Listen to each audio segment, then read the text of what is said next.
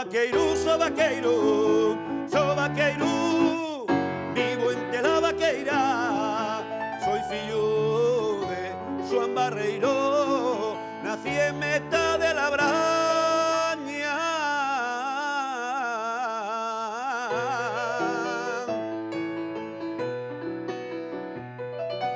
Lo que venga del Mar Nueto y lo que venga pa'l Chaldo, pa' la braña del vaquero, la mío para ti, doyla al diablo. Hey, vaqueirina, vaqueirina, la tua braña donde queda, allá arriba en aquel alto metía pa' la falguera. Hey.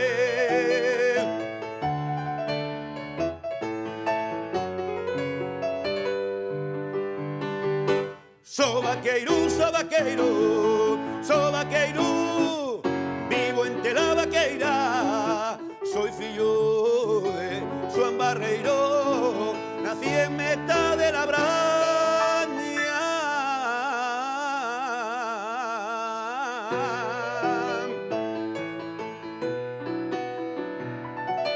Lo que venga del Mar Nueto y lo que venga del Cialdo, pa' la braña del vaquero, la mía para ti, doyla al diablo. Hey, vaqueirina, vaqueirina, la tua braña donde queda, allá arriba en aquel alto metía pa' la falguera. Hey.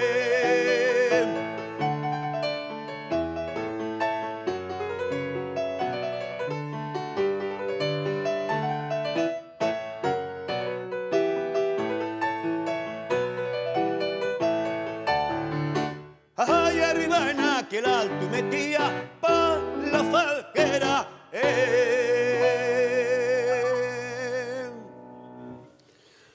Hola, bienvenidos a Cómo era aquella que decía. Hoy vamos a hablar de los años 70, de la música de los 70 y de lo bien que lo pasábamos, cómo nos divertíamos. ¿Qué te parece? ¿A ti qué te parece, Gabino? Para mí los 70, Chus, fue terrible. Fue cuando empecé a tocar. ¿Sabes dónde cumplí los 14 años? En la Sala Fiestas El Retiro, Nava. Anda. ¿Y empezaste con 14? A tocar en la orquesta. ¿En qué orquesta? En la orquesta Pocovi, donde Claro. tu padre te marcaba la pauta. Bueno, la que no sabía y no recordará, porque no lo pudo vivir, esa época, y Alicia Hulton. Mira, yo nací el año del ramito de violetas de Cecilia. No te digo más. ¿De verdad? De verdad, de verdad. Pues efectivamente, volvemos a los 70, a los grupos y solistas que marcaron una época. Veremos imágenes de los primeros videoclips, de los primeros vídeos musicales y rescataremos el surgimiento de movimientos como el movimiento disco. Y para ello tendremos con nosotros al que fue el narrador de lo musical entonces, que fue el periodista Javier Asenjo, y al cantante de uno de los grupos del momento, Alberto Evia, de los Junior. Y además tendremos a uno de los grandes de España, de los grandes cantantes de España, asturiano, de Mieres más concretamente, Víctor Manuel. Comienza Cómo era aquella que decía.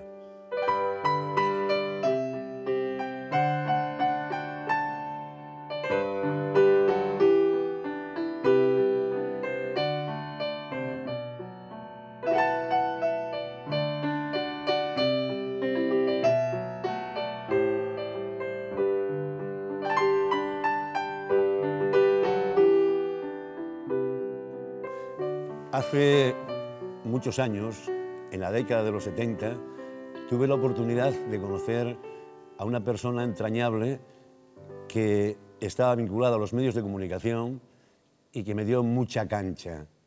Y amigo, después de tantos años, periodista, profesional de la comunicación en general, y llámase Javier Asenjo. Hola. Hola, Chus. ¿Cuánto fai que no nos vemos? ¿Y cuánto me quieres? Hombre, Tengo eso que no... venir a la tele para que me hagas estas declaraciones. Hombre, las declaraciones de amor yo siempre te les hice, ¿no? Sí, pero bueno, yo creo que incluso un poco más tarde que hoy.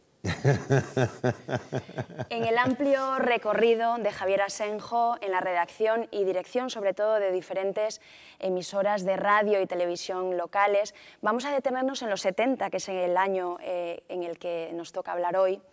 y es la década en la que Javier presentó y guionizó muchos programas en la tele aquí en Asturias y en la radio, en FM y en Onda Media, y además fue el pionero en una radio musical, el precedente de los 40 principales, Javier, o sea que de música sabes un montón. Bueno, de música te confieso, no sé nada, sigo sin saber nada. De hecho, en esas cosas que vas dejando para algún momento de tu vida, ahora quiero aprender lenguaje musical e incluso, si me da clases Gaby, aprender a tocar un poco el piano. Con esa experiencia que hablábamos en los años 70, en 2 líneas, danos un panorama de lo que era la música aquí en Asturias en esa década. Bueno, yo creo que ahí dimos un salto, hay 2 cosas. Los 70 fueron muy buenos en el negocio de la música, en la venta de discos, en las discotecas. Aparecieron algunos grupos, pero sobre todo heredábamos el esfuerzo de los que habían estado en los años 60, los grupos en Asturias. Y en Asturias yo diría que en los 70 fue los cantautores, fue cuando aparecieron muchos cantautores. Vamos a seguir con eso después, porque vamos a estar más tiempo aquí. Pero yo quería presentar también a un clásico de la música asturiana, a un innovador en aquellos años 60, finales de los 60, que formaba parte de aquel grupo emblemático que eran los Junior. Él llámase Alberto de Vié.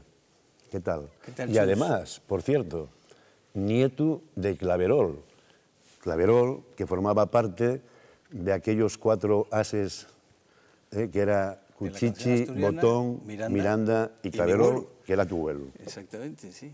Alberto de Vié, como decíamos, cantante solista de los Junior, llegaban a su auge ahí en los años 70, fueron pioneros del rock. Las primeras guitarras eléctricas en Asturias se escucharon de mano de los Junior y además fuisteis el primer grupo en grabar un EP. ¿Qué es un EP? Un EP es un extended play, que es un disco de 4 canciones, lo mismo que antes había la cara A y la cara B, pues este contenía 2 caras A y 2 caras B. Un disco que grabamos, pues fíjate, ¿dónde estaréis vosotros? En 1964. Bueno, yo tenía 9 años, ¿eh? En la Casa Vergara de Barcelona. Grabamos La Casa de Sol Naciente, que es una canción que aún es el día de hoy, que si actuamos en algún sitio, si no la canto me matan. La Casa de Sol Naciente, Linda Chica, y Niti Colsa, que era el otro cantante del grupo, cantaba Torna Sorrento y O Sole Mío. Pero no Torna Sorrento en el plan de la canción Torna Sorrento italiana, empezaba así como Lo mare monte bello, pero luego iba el twist. Llegábamos a los 70 y es que la creatividad y la producción musical en los 70 en España crecía imparable, motivado sobre todo por varias cosas. La receptividad de una juventud que tenía muchas ganas de pasarlo bien, unos músicos cada vez más comprometidos con la promoción y una industria que se las ingeniaba para ponérselo fácil al consumidor.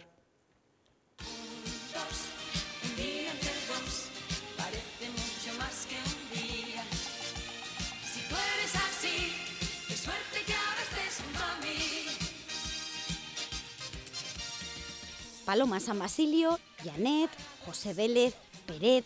En pleno esplendor de sus carreras, los números 1 de la música de nuestro país visitaron Asturias para promocionar sus discos o conciertos. El mundo entre dos, diciendo los problemas a Dios. José Vélez, por cualquier lugar, por cualquier escenario por el que pasa, siempre deja pues una estela de simpatía, de alegría, porque es el eterno sonriente, el eterno hombre feliz. Yo tengo siempre la curiosidad de saber si José Vélez, cuando está en casa solo a las 12 de la noche con un libro al lado en la mesita, es así de sonriente y de alegre en la vida. Saludos para todos. Pues yo creo que sí. Que soy una persona que me tomo la vida con mucho optimismo porque creo que es la mejor forma de tomársela.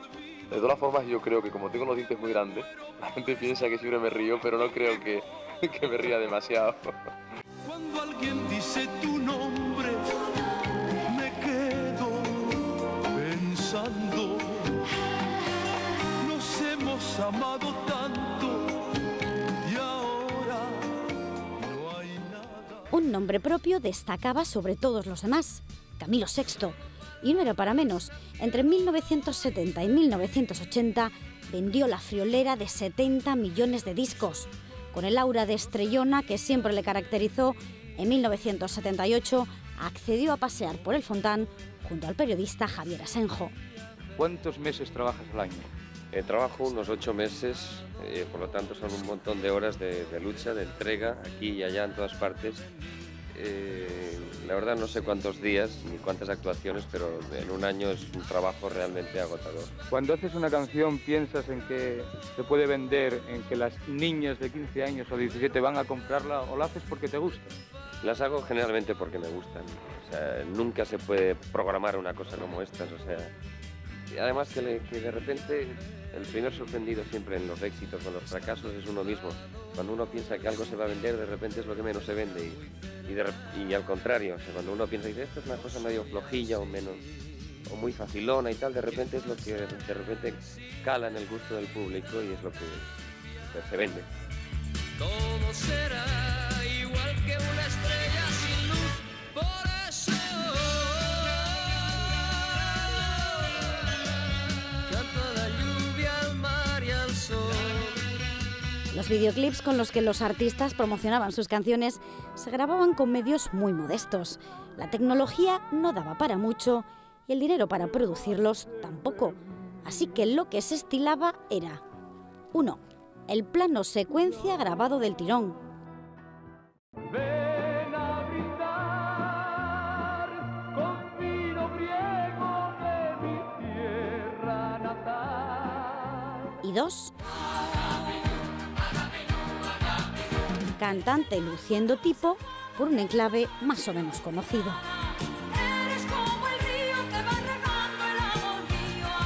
El mismo año que Agapimú triunfaba en las emisoras de radio, otra visita permitió a los niños asturianos ver de cerca a sus ídolos del momento.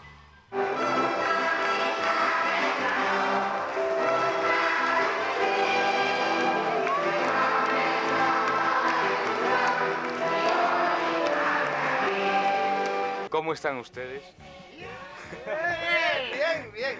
Esa frase, ese saludo cariñoso es el que ha hecho populares desde hace mucho tiempo entre los niños y entre los mayores a Gaby, a ver si los digo todos bien, Gaby, Miliki, Miliquito y Fofito. Resulta que la primera vez que estuvisteis en Oviedo fue ya hace ¿cuántos años? Desde el año 39 y anteriormente veníamos con nuestros padres, que eran muy famosos y los querían mucho aquí, que eran Pompov y Teddy, ¿verdad? Y Emig.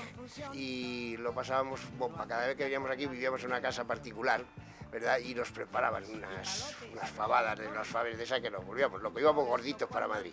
Fofito, dentro de la familia del circo, si por ejemplo tú mañana tienes un hijo y sale ingeniero, ¿qué es? ¿Una desgracia o una alegría? No, por Dios, no se nos obliga en la familia a ser artistas. Que mis hijos, pues el día de mañana si me dicen, papá, pues yo quiero ser pues doctor o quiero hacer otra cosa que no sea de este mundo nuestro, pues adelante, ¿no?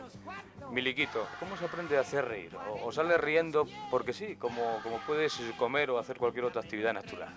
Pues se va aprendiendo, es una pequeña escuela, desde que te levantas y a la hora de comer y luego cuando de repente un fin de semana de pequeños nos escapábamos y nos íbamos al plató del estudio de televisión y nos poníamos a ver cómo se maquillaban, cómo preparaban los sketches. Luego por las noches, cuando se reunían todas las noches a escribirlos, a lo mejor nos poníamos a oír detrás de la puerta cómo lo hacían. Tengo yo una ovejita lucera que de campanillas le he puesto un collar. En las tiendas de discos, los long plays y las cintas cassette empezaban a arrinconar a los singles. La industria discográfica era un negocio rentable. Sirva como ejemplo una cifra. En 1978, los asturianos se gastaron 100 millones de pesetas en discos, aunque por desgracia pocos optaban por los artistas locales.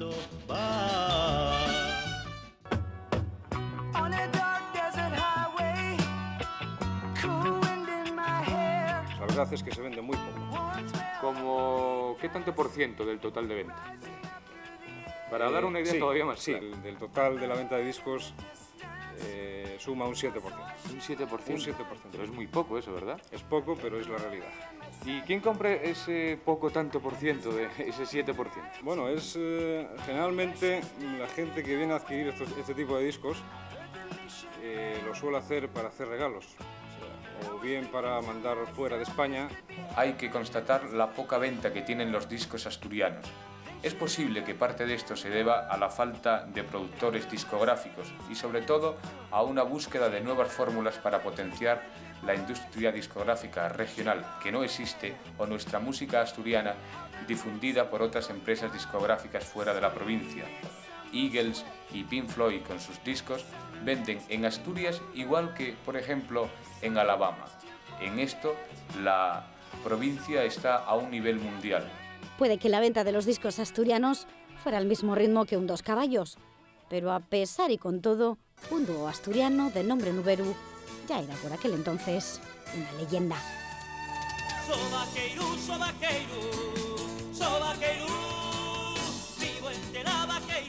Con permiso de Nuberu, cuyo cuartel general estaba en el Entrego, el artista asturiano que más discos vendía en aquel momento procedía de otra cuenca, la del Caudal, y tenía nombre propio, Víctor Manuel.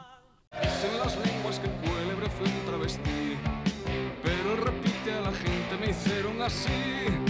Puedo ladrar como un perro, nadar como un pez, volar como un cuervo. Gustan andar los caminos calzando madreñas tras de las mujeres. Dicen las lenguas que el cuélebre fue un travesti.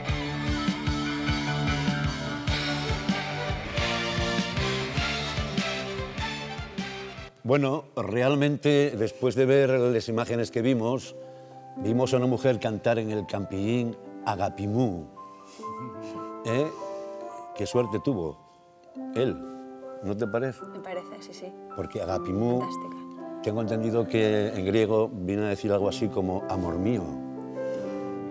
Y la verdad, y es que tenemos la suerte de tener aquí al cantante más universal que parió esta tierra nuestra, Asturias, que lle de la otra cuenca, de la cuenca B, de Mieres. Él lle un amigo y mi maestro, Víctor Manuel. ¿Qué tal, Chus? Bien, cielo, bien. Encantado que estés aquí. Bien, gracias. Gracias. Creo que no existe, no ni es necesaria ningún tipo de presentación. Víctor Manuel, en la historia de la música de España y a nivel internacional, escríbese con letras de oro. Máster, yo lo que hay. Gracias. ¿Cómo viviste los años 70, Víctor? Los años 70 en plena euforia, ¿no? Bueno, el comienzo de los años 70, tengo yo muchos años 70, pero arranqué, digamos, teniendo éxito en el año 69 con La Romería, El Abuelo Víctor, ¿no? Y el 70 también fue un año de éxito con Quiero abrazarte tanto, Carmina. Ya raspando el 71 ya empezó a declinar un poquitín la cosa y en el 72 ya fue un desastre absoluto, ¿no? Porque, bueno, yo empecé a complicarme voluntariamente la vida, ¿no? Que quería hacer otras cosas, quería meterme en otros campos, hablar de cosas que no se podía hablar en aquella época en las canciones y todo, de ahí derivándose un montón de problemas que yo asumí y que asumo hoy con gusto. Seguramente volvería a cometer todos los aciertos y todos los errores. Claro, sí. Claro, son decisiones personales, ¿no? Pero recuerdo como salía ahí en el reportaje, las ventas de discos eran fastuosas, ¿no? Claro, comparas con lo que se vende ahora, tan probes como estamos todos, ¿no? Y claro, era una maravilla, ¿no? Porque este hombre que se quejaba de que se vendían pocos discos, pero había, ¿cuántas tiendas de discos había en Oviedo? Había, en Asturias, ¿no? Había un montón de tiendas y había consumo masivo de música, ¿no? Se quejaba a Javier, además, que era el que salía en el vídeo, que aparte de hacer esos reportajes, tú estabas en Radio Musical. ¿Cómo se hacía la selección en la Radio Musical de temas, de artistas, de procedencias de esos artistas? Bueno, porque mira, eso influiría, me imagino, ¿no? Luego también en la venta. Ahí hubo dos etapas. Cuando yo voy a Radio Asturias, por ejemplo, Radio Asturias importaba discos de Inglaterra. Había una serie de programas que se llamaban El Melotrón y Carlos Vigón, Jorge Lorenzana, etcétera, traían lo mismo que sonaba en Radio Luxemburgo a la vez. Pero luego había otra parte que era Juan Miranda y Estrada, que a mí me decían, tú dedícate a lo español. Porque, primero, no dominaba el inglés como lo dominaba Carlos Vigón, y entonces yo empecé a dedicarme a lo español. Y siempre fui feliz, es decir, para mí mi referente eran los Brincos y no los Beatles, y fueron los Pasos y los grupos que había de los 60 a los 70. ¿Y cómo lo vivimos en la radio musical? Bueno, pues por una parte el paso del Mellotron o la convivencia entre el Mellotron, la importación, a que empieza a haber una industria discográfica potente. Camilo VI, obviamente Víctor fue clave. Cada vez que entraba una canción de Víctor en los 40 principales y se votaba por teléfono los sábados, pues aquellos no paraban de llamar, pero llamaban, acababa el programa y seguían llamando. Pa' Victorín, o pa' Camilín. La gente era o Camilo VI o Víctor Manuel. Permanecían semanas en el número 1, como dice Víctor, en esa primera etapa. Luego, efectivamente, Víctor salió con el rabo entre las piernas, nunca mejor dicho, es decir, se marchó con los rabos a México y todo lo que dio que hablar aquello. Llegaron a prohibirnos emitir las canciones de Víctor Manuel en la radio. Llegó a haber una orden de Información y Turismo censurando, pero bueno, los toyos siempre se complicaron la vida, los dueños de Radio Asturias, y dijeron que aquella orden al cajón. Y seguíamos programando las canciones de Víctor, que no fue fácil. Así que ahí estuvimos a caballo, entre la frescura de esa época, que ya acababa una época, la música, y luego llegó el boom también de las discotecas, del baile en la música. Sí, así de eso hablaremos claro, además profundamente no parábamos, más adelante. es decir, no parábamos. Y yo era feliz en los 40 principales presentando discos españoles. Oye, pero tú mencionaste antes a un grupo que te gustaba. Mencionaste a Los Pasos, sí. Mencionaste a Los Brincos. Y yo quisiera preguntarle a Alberto Evia si en aquellos años vosotros cantabais canciones de Los Brincos. No lo sé. Nosotros cantábamos, versionábamos canciones de todo. De Elvis Presley, Roy Orbison, Frank Sinatra, Los Brincos. De Víctor nunca, mira, porque nunca... Nunca es tarde, Alberto. Porque era muy difícil, era muy difícil de imitar. Sí, sí. Era muy difícil, yo amigo. Yo sí cantaba canciones de Víctor Manuel. Pero de Los Brincos, por supuesto. Aquella que está empezando Gabino. Nunca te podré olvidar, porque me enseñaste a amar con un sorbito de champán, brindando por el nuevo amor, la suave luz de aquel rincón hizo latir mi corazón. Es tan fácil recordar siempre que vuelvo a brindar con un sorbito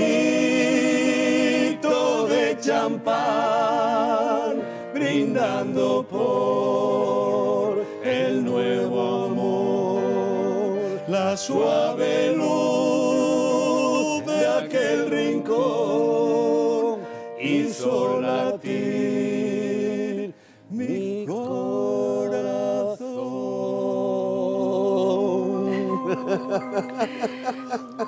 Oye, Alberto, y Nos van a todos... contratar para el Sandra Deujo, seguro, o para la Bombilla, o para la Bombilla de Moreda, yo creo que nos contratan. En la Bombilla tocábamos muchísimo. Bueno, la Bombilla era un sitio... En la Bombilla yo iba, fíjate, a ver un grupo de Gijón, Los Surcos, que eran buenísimos. Tocaban en el Jardín en verano y en el invierno en la Bombilla, que eran lo máximo. Oye, pero hay una cosa que me llama la atención a mí, que es la siguiente.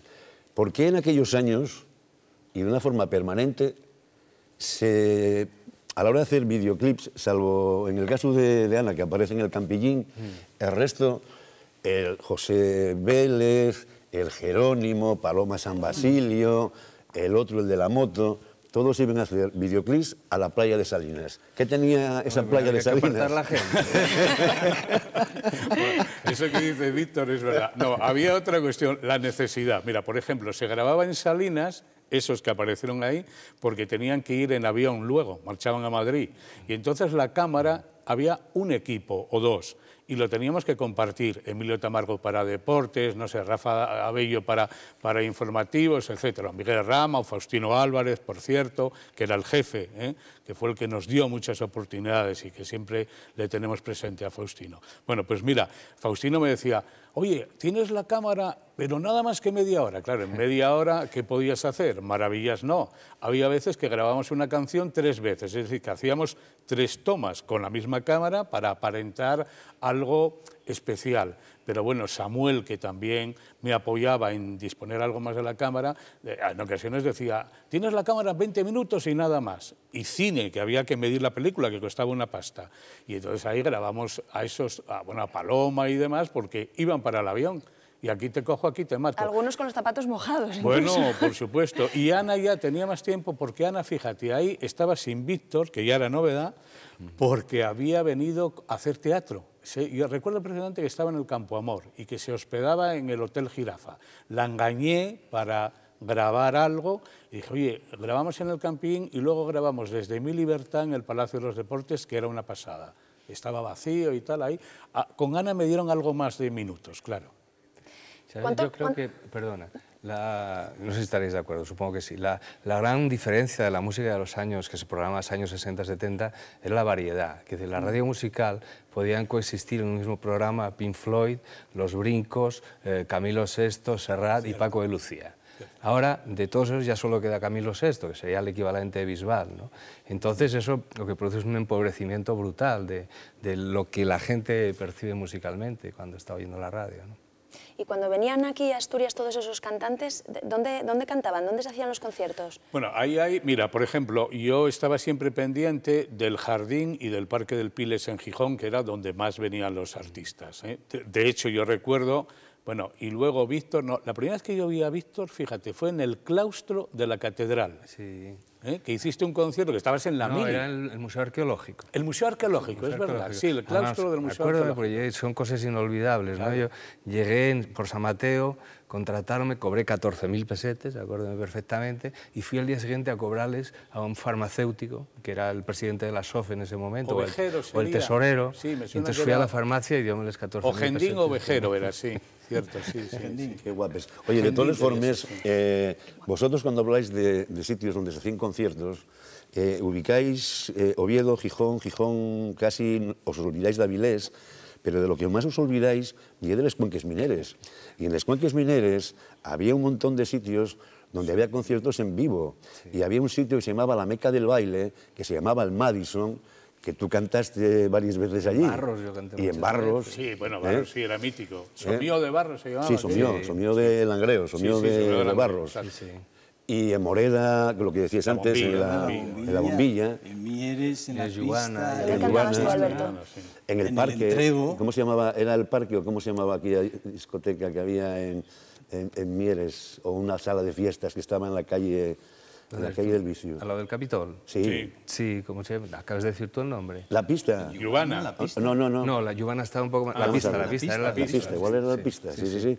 Pero que había más lugares que solamente... No era solamente Oviedo y Gijón. No, la cuenca íbamos muchísimo, tanto a la del Caudal como a la del Nalón. No, y en el oriente y occidente, ojo, también había por Cornellana, por Salas, por... El Matius en Llanes. Sí, exactamente. Estaba también la Araña Roja en Llanes.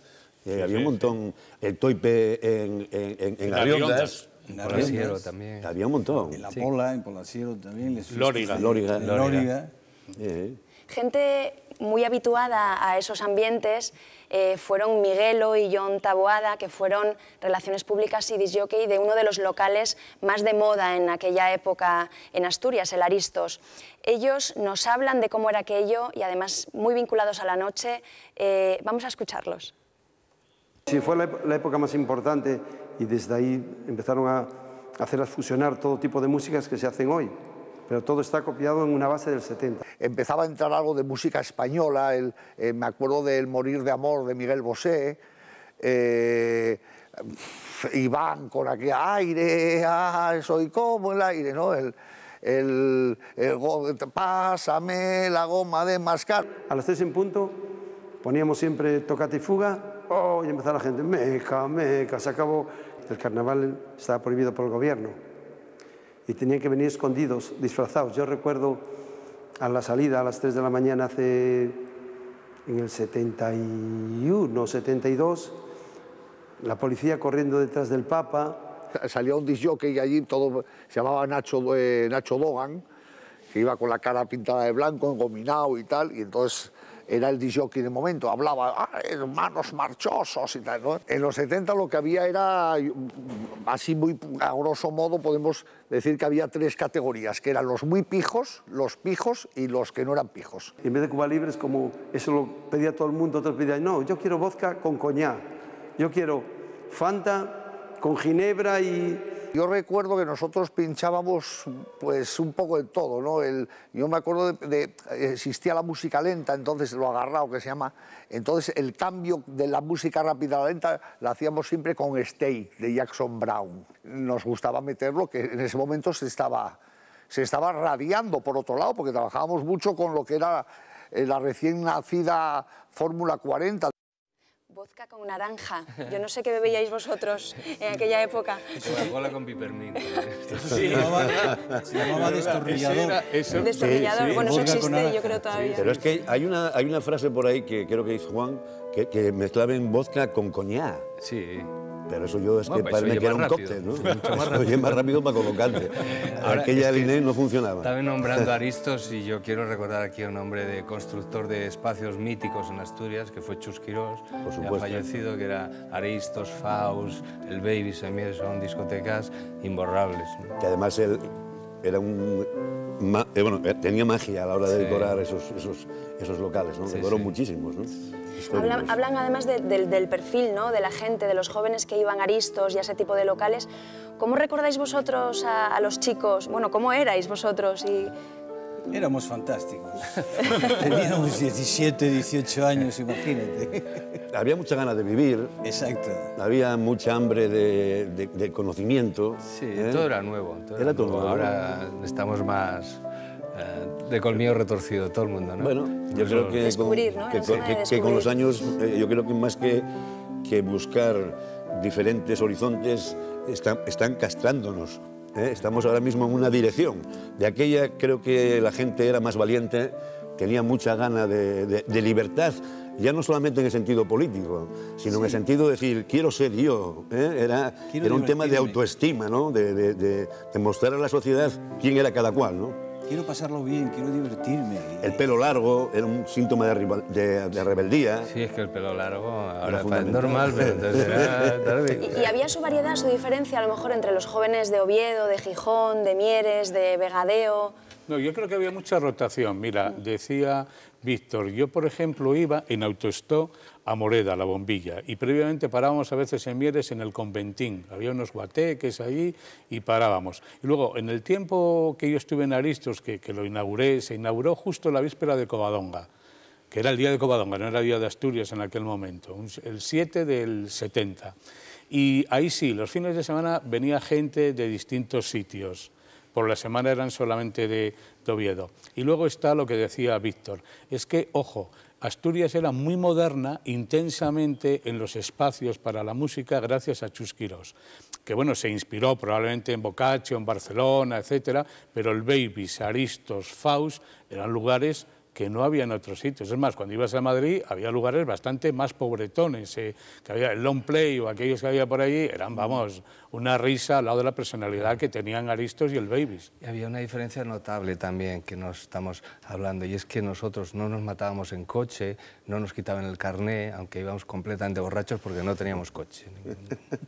Bueno, pero en algunos subiríais seguro, ¿no? Subíamos. Pero ahí cuando te metes, hay menos posibilidades. Oye, y vosotros, además, hay un local mítico, lo que forma parte de la memoria histórico-musical de Asturias, que, por ejemplo, quiero recordar, a mí no me tocó vivirlo en primera persona, que era en la calle Foncalada, el Canary, ¿no? El Canary fue la primera discoteca que no hubo en Oviedo, en la calle Foncalada, mano izquierda. Pero que ahí había mucha movida musical también, ¿no? Estaba Willy Pola de Relaciones Públicas, me acuerdo. Sí. Ahí vi por primera vez yo a Joan Manuel Serrat con un pianista, en la época aquella de La La La.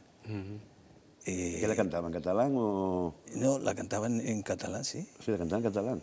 Sí, porque ese fue el problema, que no lo dejaron... Entonces había mucha más permisividad también, ¿eh? Quiero decir que fue número 1 de los 40 principales, Serrat cantando en catalán, ahora cosa que ahora es impensable totalmente. Eso. Habláis de cantantes, aparte de vosotros que sois referente, ¿qué otros grupos había aquí en Asturias, asturianos? ¿Qué otros grupos sonaban en los 70? Asturias en aquella época dabas una patada en el suelo y salía un grupo.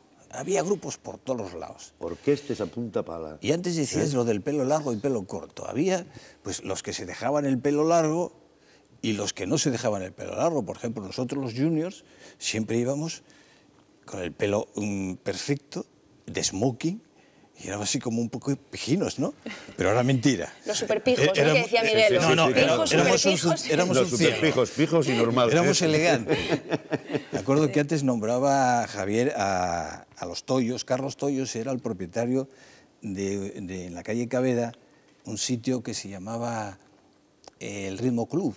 Entonces nos contrató emulando a unas matinés que había en Madrid en el Circo Price por la mañana para hacerlo en Oviedo, y nos contrató para un domingo y estuvimos un año entero haciendo las matinés de ahí con nuestro smoking, y de ahí ya fue cuando ya grabamos el Extended Play en el año 64. ¿Cuánto costaba un disco, por cierto, en los 70? Bueno, nosotros nos contrataron.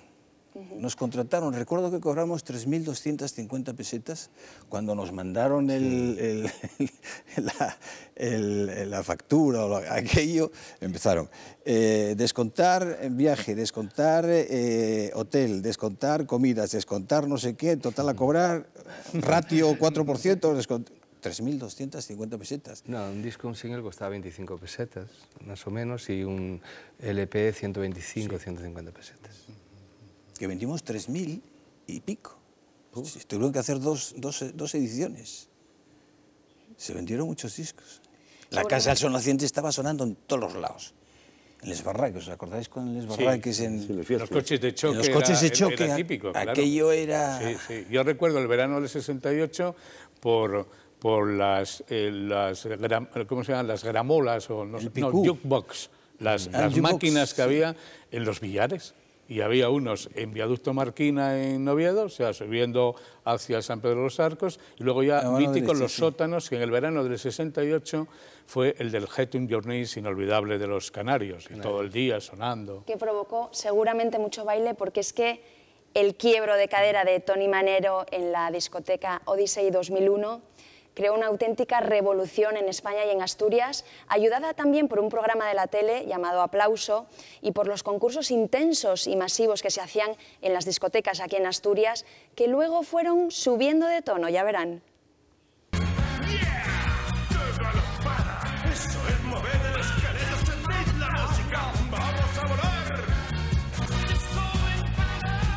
La película Fiebre del sábado noche supuso un antes y un después en la música de los 70. Su estreno en 1977 no solo fue un éxito en taquilla, sino que impulsó el movimiento disco por todo el mundo. Convertido en un fenómeno sociocultural, con ella llegaron las plataformas y los pantalones de campana, pero sobre todo el baile y las discotecas.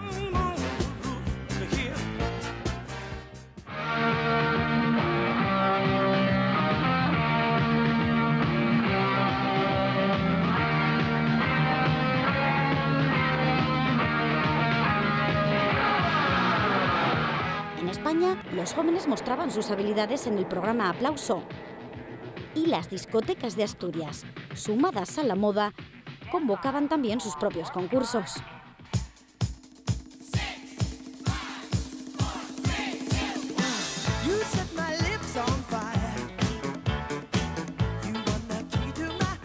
Diríamos que desde hace un año la juventud española, igual que la americana, le ha dado por bailar. Casi como consecuencia de aquella fiebre del sábado por la noche. Pero aquí en España ahora también se baila, porque en el programa Aplauso pues hay unas personas que no sé qué es lo que tienen, pero que hacen bailar a cantidad de gente cada sábado. Que la juventud española no solamente ya va a las discotecas a ligar, sino que va a las discotecas a bailar y además a competir bailando, que creo que es importante, no es tan malo como algunos piensan. Cada vez he ido descubriendo facetas nuevas en esta juventud española y pensando que existe una forma de cultura específica de esa juventud y que una de esas formas de manifestación de esa cultura específica es el bailar, es su forma de manifestarse. Creo que es una sanísima y maravillosa forma de manifestarse.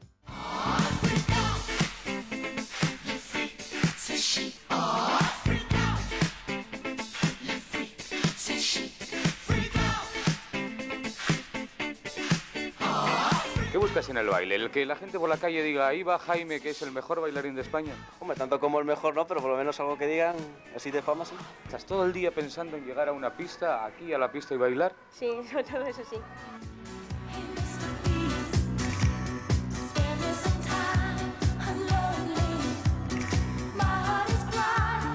Las primeras discotecas que abrieron en Asturias atrajeron a un público que utilizaba el baile y el ligoteo como vía de escape a la rutina diaria. ¿Tú vienes mucho a las discotecas a bailar? Sí, sí. ¿Sobre todo vienes a bailar o a conocer a alguna chica? A bailar y a conocer a alguna chica. ¿Y qué tal se te da? ¿Bien? Va, no me quejo. ¿El bailar o el conocer a chicas? Las dos cosas. Las dos cosas, me alegro, enhorabuena. Además de bailar, digo yo que aprovecharás el tiempo, pues, no sé si para conocer al hombre de tu vida, pero vamos, para conocer a algún chico, ¿no? Pues sí, también. ¿Por qué esa manía, ya que estamos en una discoteca, de tener la música tan alta? Dicen la mayoría de las personas que vienen a bailar o a tomar una copa. Bueno, hay una cosa que está clara. En las discotecas la música, el volumen de la música es uno de los alicientes, es lo que forma un ambiente. Una discoteca con música tibia, pues no, sería un picú en casa, o sea que no, eso lo puede tener cualquiera, esto no. Tienen que venir aquí a verlo. Ante el asombro de muchos y el sonrojo de otros, otro fenómeno nuevo arrasó en las salas de fiestas, los espectáculos con desnudos integrales.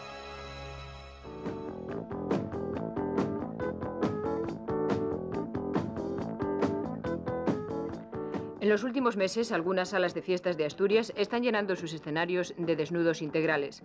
Es la novedad del momento, el espectáculo sexy. Una joven bailarina puede cobrar por hacer desnudo integral unas 8.000 pesetas diarias.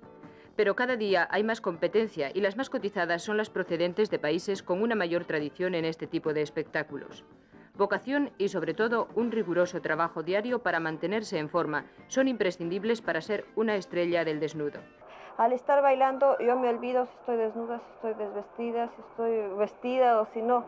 El caso es que pues el público lo toma como debe de ser, como arte, porque eso es realmente lo que se está haciendo. Casi en paralelo a la proliferación de las discotecas, un artista asturiano nacido en Tudela-Beguín empezaba a llamar la atención con un estilo de música y una imagen rompedora.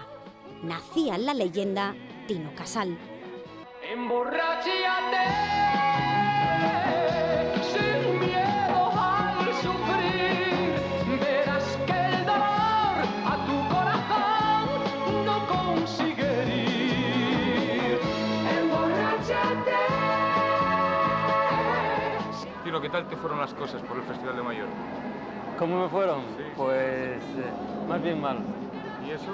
Bueno, lo pasé muy bien, la verdad es que lo pasé muy bien, pero exactamente, lo pasé muy bien porque Mallorca me encanta, pero respecto al festival no te puedo contar cosas muy agradables.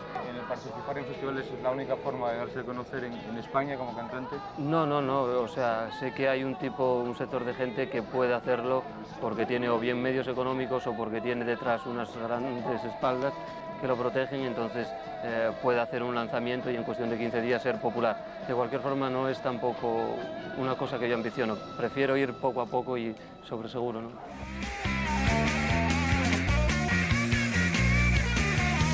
Sal de tu casa, escápate, coge a tu chica, escabúllete. El rock también tenía seguidores fieles, aunque estos tenían fama de ser menos sanos y algo más gamberros. El domingo, a eso de las 9 menos 10 de la noche, en el pabellón municipal de los deportes de Gijón, intentaba subir al escenario Ramoncín. Y digo que intentaba porque inmediatamente, como vamos a ver en las imágenes, hubo una lluvia de botes de cerveza, de huevos, de todo tipo de objetos.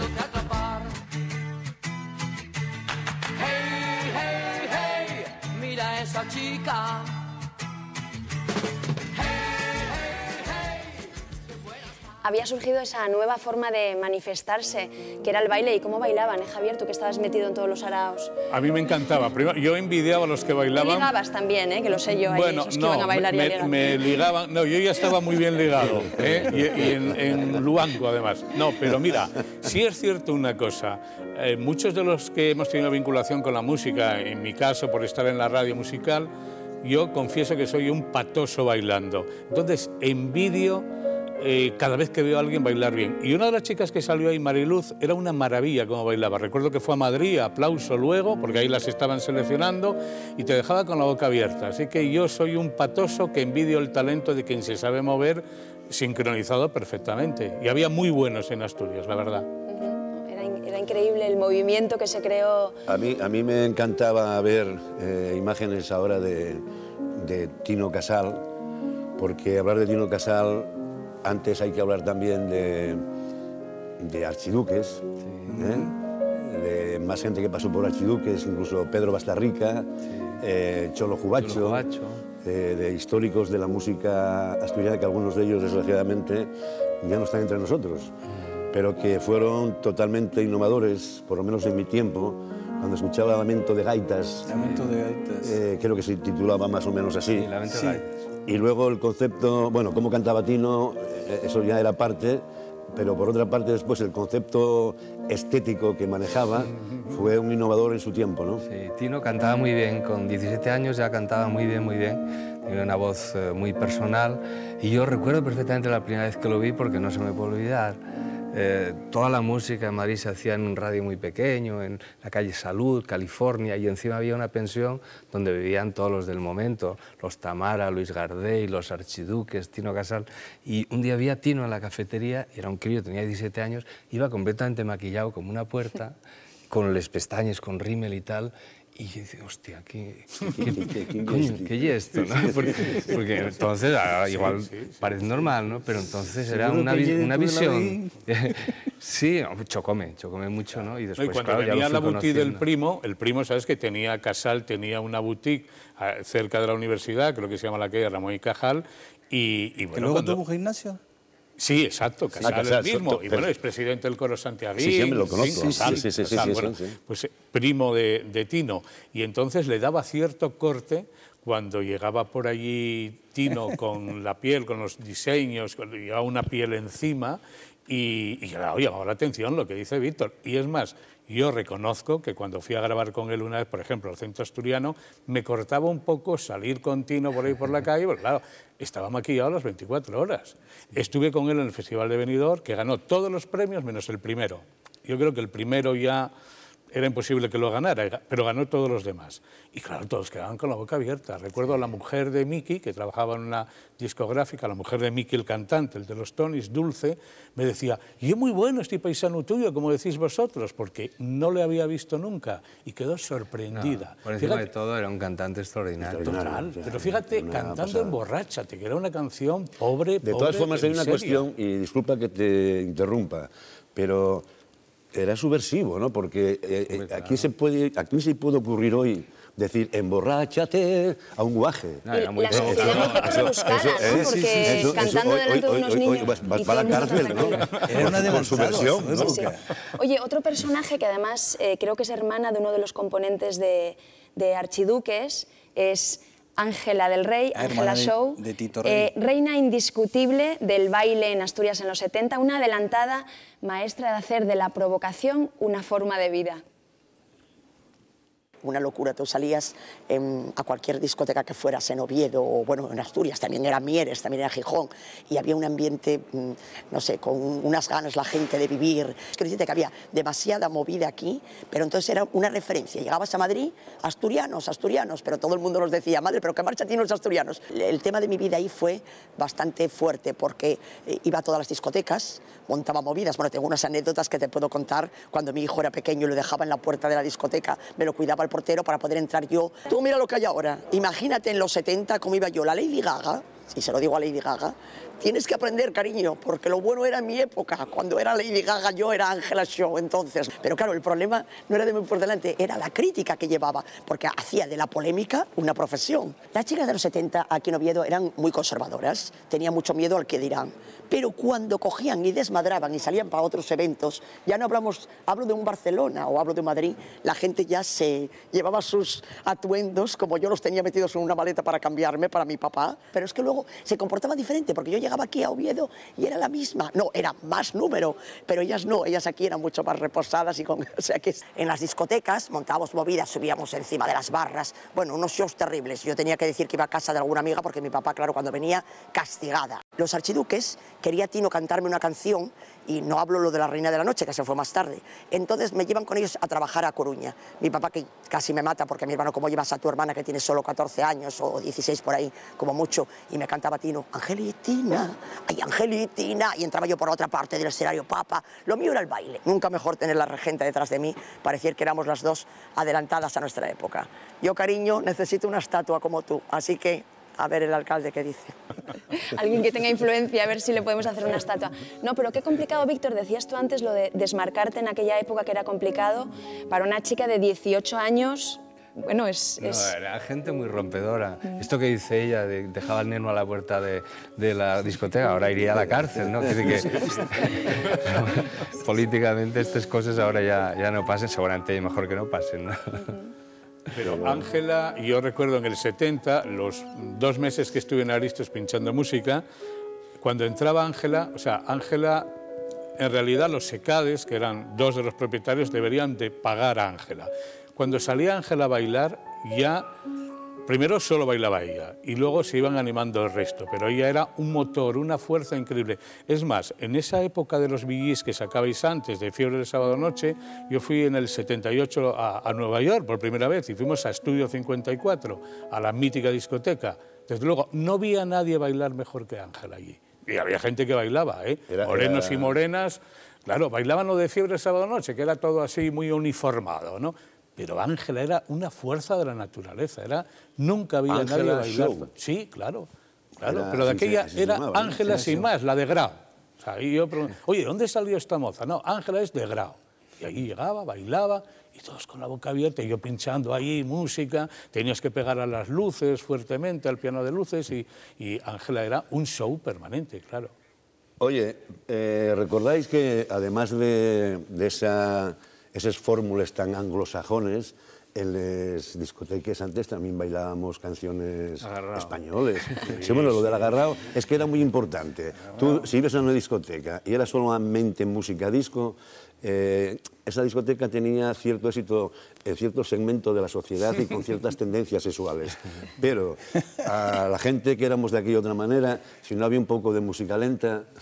Eso ya venía de los guateques, cuando empezábamos a aflojarles bombillas a última hora, a ponerles lentes. Era fundamental, al fondo de todo eso lo que latía era una necesidad de cruzarse con alguien, del sexo que fuera, y por tanto hacía falta un lento cada... Que en realidad no era pecado, acostarse con una chica en los años 60. No, era un milagro.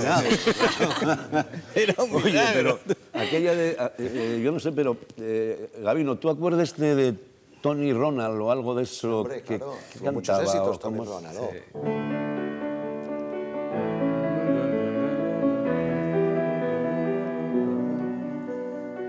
Solo en mi casa, en un rincón, apurando un vaso y una ilusión. Cuántas horas me paso sin nada más que recordando su forma de amar. He de olvidarme de aquel fracaso, ¡Hey, ayúdame! En tu amistad he puesto toda mi fe. ¡Hey, ayúdame! Dame la mano como a un hermano. ¡Hey, ayúdame! En tu amistad he puesto toda mi fe. ¡Hey, ayúdame! Dame la mano a un hermano.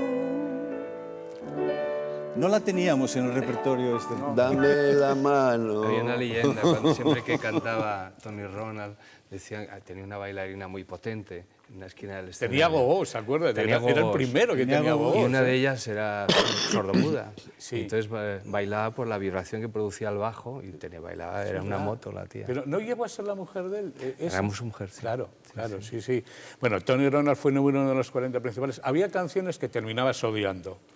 Incluso de Víctor Manuel, porque pasaban semanas y tenías, era algo de mí de Camilo VI, semana y semana y semana, no, las 40 principales. Y la gente, yo decía, ¿cómo no se cansarán? Y yo ya estaba harto del Yellow River de Christie, que fue a finales del 70, la había pinchado en Aristos, y luego cuando voy a Radio Asturias, cuando me lleva Chema Toyos para allí, me ficha para la radio, me toca de nuevo el número 1, o sea, presentar a todas las horas el Yellow River de Christie. Y la canción de Hell durante años sonó en la radio porque era además la cuña de una mueblería que había en Oviedo que se llama La Amistad. Entonces, claro, no hacía falta mucho esfuerzo de imaginación para poner Hell, en tu amistad he puesto toda mi fe. Y claro, ahí teníamos sonando años y años la canción de Hell de Tony Ronald, la que terminé, vamos, odiando. Y por supuesto, sigo sin saberme la letra. Bueno, ya se te notó. Ya se te notó bastante. No aprendo una canción. Aquí la punta de lanza. Lo mejor es el karaoke, Chus. En el karaoke, o sea, el karaoke es la defensa de los que no memorizamos canciones. Víctor, tú que tuviste la suerte también de cantar aquí, de salir mucho fuera de Asturias y de España, en aquella época te encontrarías también por allí con mucha gente, como decía Ángela, los asturianinos, qué majos son, ¿no? Era una fama, sí, me imagino asturianos que tendrás miles de hay anécdotas. en el último rincón del globo, ¿no? Que si tú vas a cantar a Punta Arenas, que es lo más austral, la ciudad más austral de Chile, y hay un asturiano con una bandera, ¿no? O sea, siempre hay un asturiano con una bandera en cualquier rincón donde vayas. Y bueno, sobre todo gente muy cariñosa, que te quiere mucho y que te quiere, porque de alguna manera pues le recuerdas a la casa, ¿no? Pero ¿pasóte alguna anécdota así, un poco de aquella manera que puedas contar, con alguno de ellos? No, así, no. ¿Con otros cantantes, no necesariamente asturianos? No, con otros cantantes, no. No lo quieres contar. No, pero sí. No, pero sí coincidías, me imagino, ¿no? ¿En el escenario? Sí, eso sí. Y yo te vi en Gijón cantando Asturias y tuviste que parar porque no podías. No, muchas veces. Que repetirlo. Sí. Acuérdame. Se emocionó de tal manera. Solo pienso en ti, en el Palacio de los Deportes. Palacio de los Deportes, un festival benéfico. El año 80. Estábamos Beatriz Escudero, Ramón Sánchez Ocaña y yo, y te presentamos. Y claro, quedamos Era la primera vez que la cantaba. Eso es. Y entonces había en primera fila un montón de chavalinos con síndrome de Down, ¿no? Y de repente se me ocurrió mirarlos, ¿no?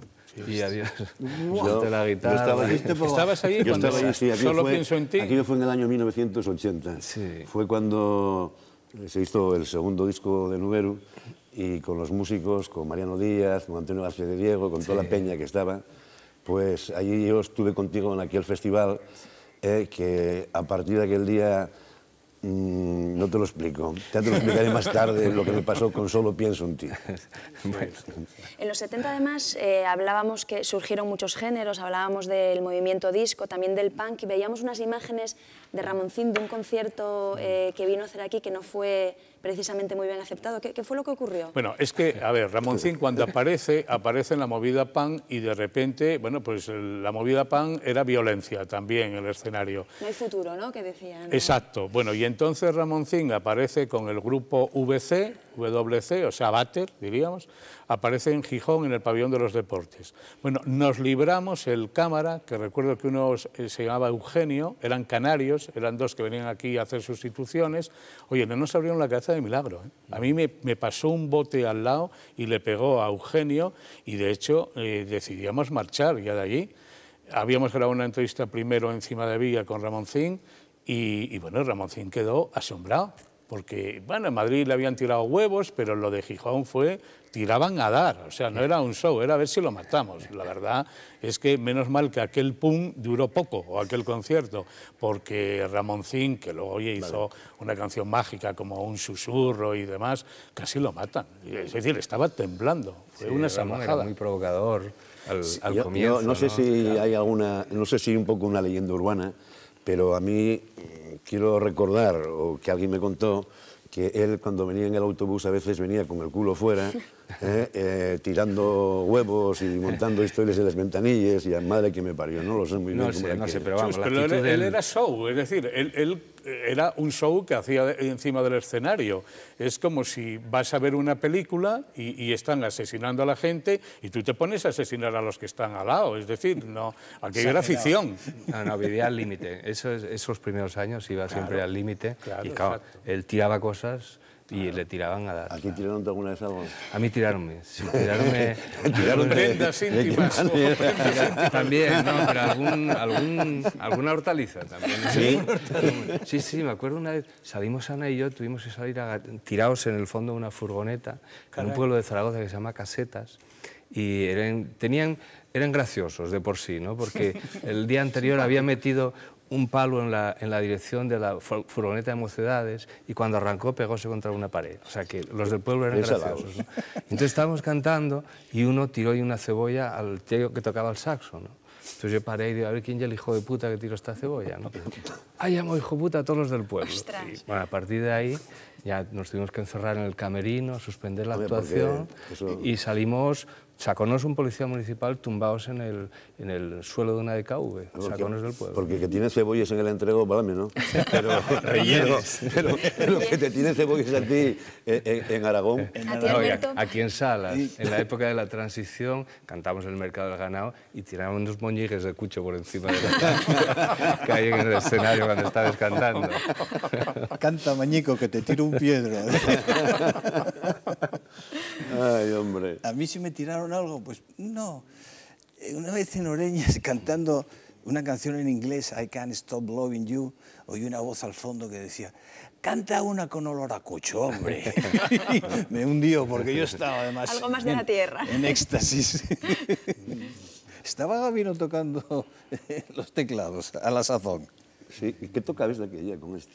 O rock and roll y baladas de Elvis Presley, de todo. Gaby, no, tú tienes que acordarte de varias cosas, ¿no? Tienes que acordarte, por supuesto, de Víctor, tienes que acordarte, por supuesto, de Javier Asenjo, porque hace años hiciste un programa en televisión con él, y tocaste con este señor en los Junior. Sí. La sintonía. Trébole Raj. ¿Qué? Trébole Raj. Sí, señor. La sintonía de cómo era Perfiles Asturianos. De Perfiles Asturianos. Esta niña, como yo mucho más joven, esta niña no, esta es la mi guaja. Como yo la mi guaja, ella, esto no lo pudo ni ver, ni vivir, ni escuchar. Chus. Bueno, también sabemos cosas nosotros de Julio César y de Aníbal y no vimos la época. Claro. Es decir, que la historia se puede leer y se puede ver en vídeo. Con Gabino grabamos en el 90 con el gran Pedro Bastarrica en Gijón un LP de los últimos vinilos que se grabaron, un toque de calidad. Y Julio Sánchez a la batería. Tenemos un buen grupo, ¿eh, Gabino? Sí, hombre. Hombre, yo... Hicimos una gira fenomenal. Te lo creo que tuvisteis unos músicos excepcionales. Que eran los que tocaban con Nuberu. Eran la base de Nuberu y la base de los Juniors. Sí. Pero bueno, también Víctor, tú también tuviste músicos que compartías con Miguel Ríos. Sí. Es decir, los buenos siempre están con los buenos. Sí, durante una época compartimos músicos, a veces se iba a una gira con uno, otras veces con otros. Pero sí, los míticos García de Diego, Andreas Pridvich, en fin, toda esta gente que son maravillosos todavía, tocaron con todos nosotros. ¿De Diego compró algo aquí en Asturias, no? Antonio vive por ahí, por la época por la zona de San Ramón de Candamo. Sí, en Candamo, sí. Y sí, él siempre tiraba mucho para Asturias, prestaba ahí mucho y acabó comprando una casina. No, es que además a él tiene mucho les manzanes asturianes. Sí, ya me imagino. La reineta, sobre todo, ¿no? Bueno, tenemos que ir despidiéndonos, nos vamos a ir un ratito, pero luego volveremos a cómo era aquella que decía, porque tendremos a Víctor Manuel contándonos y cantándonos la historia de su vida.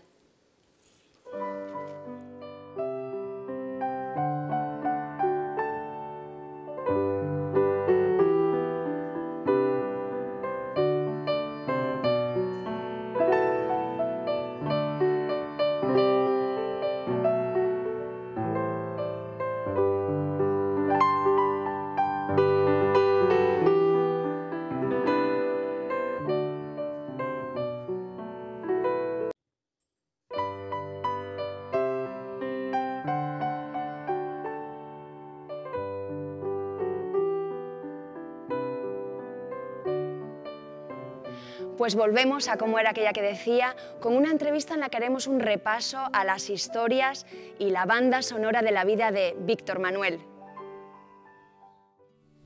Víctor Manuel San José Sánchez tiene 66 años. Cantautor y productor, es un icono en Asturias y embajador mundial de nuestra música más allá del Negrón. Ha publicado más de 40 discos y compuesto unas 500 canciones a lo largo de su vida, de las que dice, según su opinión, solo un 10% están bien. En septiembre celebrará sus 50 años en el mundo de la música con un multitudinario concierto durante las fiestas de San Mateo de Oviedo, para el que las 10.000 entradas disponibles se vendieron en solo 6 días, lo que ha obligado a organizar un concierto más.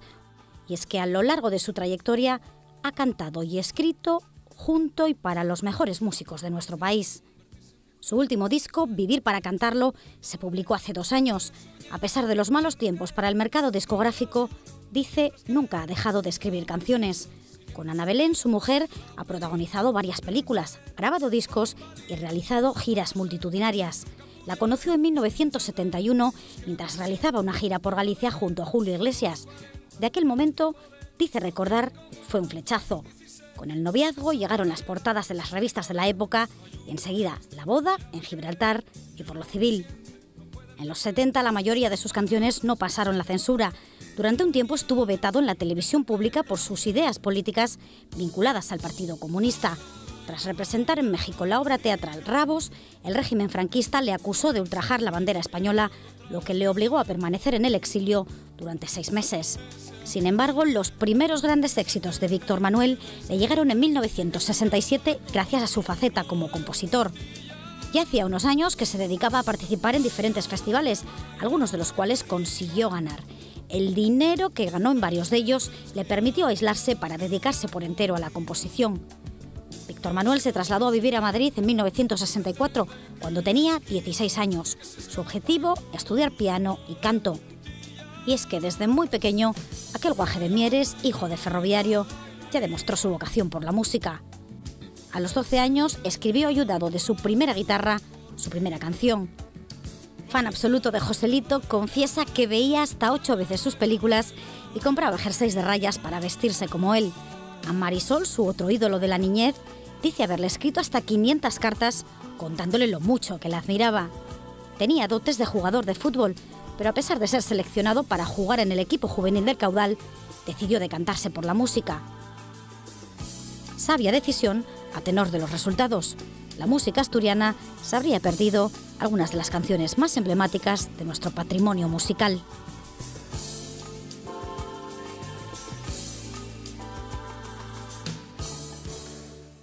¿Qué puedo decir yo de un amigo al que admiro, que fue y sigue siendo mi maestro, de Mieres, que me enseñó tantas cosas a lo largo de mi vida?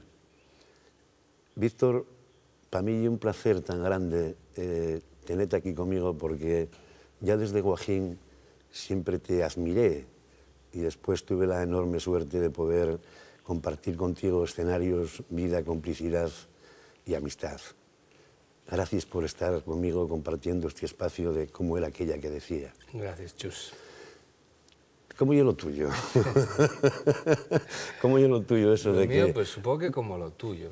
Estás en Mieres, tú en tu caso en el Entrego, y ves, escuches, en aquella época las radios, escuchaba yo, básicamente, y de repente quieres salir, quieres volar, quieres de repente dedicarte a una profesión de la que no tienes ni idea, ¿no? Y lo único que tienes es la intención, nada más, ¿no? Y empiezas a presentarte a concursos, y bueno, aplaudente, son los del pueblo, conócente desde pequeño, aplauden. Te presenté al primer concurso tocando la armónica y cantando, el concurso artístico de otoño, ¿no? Y después ves que puedes dar un pasín más, ¿no? Toqué una temporada con una orquesta. ¿San José se llamaba la orquesta? San José y la Orquesta Bossa Nova. Ah, sí. Eran de Turón, y 3 paisanos, con los que tocaba en bailes, por la zona de Villallana, por la Lena. Y después ya ves que podéis dar el salto a Madrid, ¿no? De una manera todo inconsciente, ¿eh? Porque no tenía ni contacto ninguno, ni a quién llamar, ni a qué puerta llamar, ¿no? Pero tú de aquella, Joselito, bueno, era para ti el adiós, ¿no? Sí. Y Marisol, creo que de aquella, por esa timidez que te caracteriza, echabas un poco de morro porque mandáis 500 cartas a Marisol. Bueno, una exageración seguro, ¿no? Pero sí escribí muchas cartas. Bueno, escribía todo lo que se movía. Sí. En este caso Marisol, porque además era preciosa. Era guapísima. Y claro, desde el punto de vista tuyo, de un chaval de su misma edad, ¿no? Dice, oh, si esta fuese novia mía sería lo ideal, ¿no? Esto, todo con 10 años, 11 años, ¿no? Y Joselito gustaba mucho porque cantaba muy bien, ¿no? Tenía una voz preciosa. Y yo era también cabezón como él y tenía las orejas muy separadas. Y entonces lo único que coincidíamos, ¿no? Porque él cantaba muy bien y yo tenía voluntad nada más de cantar, ¿no? Pero ¿y qué cantabas tú de Joselito? Cantaba, imitábalo, y la primera vez que salí a cantar en un sitio, espontáneamente fue en un cumpleaños de Doña Concha, la directora de la Academia Lastra en Mieres, y ¿quién quiere cantar algo? Y yo echéme al medio, había un corro de chavales y tal, y pues ¿qué voy a cantar? Pues por Joselito, canté La Campanera. ¿Y cómo era aquella? ¿Cómo era aquella que decía? Acuérdome algo, ¿eh? Y es la única vez que la canté. Un poquitín, un poquitín.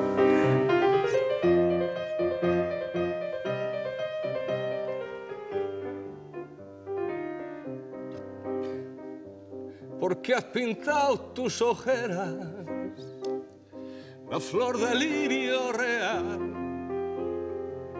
¿Por qué te has puesto de seda? Ay, campanera, ¿por qué será? Dicen que si es perseguido, que anda escondido y te viene a ver. Cuentan las malas lenguas, la campanera con la ronda de la fe. Dile que pare esa noria. Anda, guaje. Por ahí sigue. Me acabo de inventar un trozo de letra. Bueno, mira, pero eso demuestra la creatividad del autor. Oye, pero tú cantabas eso antes de dedicarte a jugar en el Caudalón. Sí, bueno, al mismo tiempo, lo más guapo que hay en el mundo es jugar al fútbol.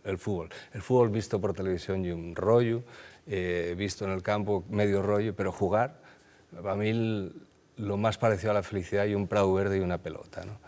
Pasé toda la infancia jugando al balón y entré primero en el Venecia Doñón, que ya era un equipo medio organizado, un barrio de Mieres, y después hicieron una prueba y entré en el Caudal Juvenil.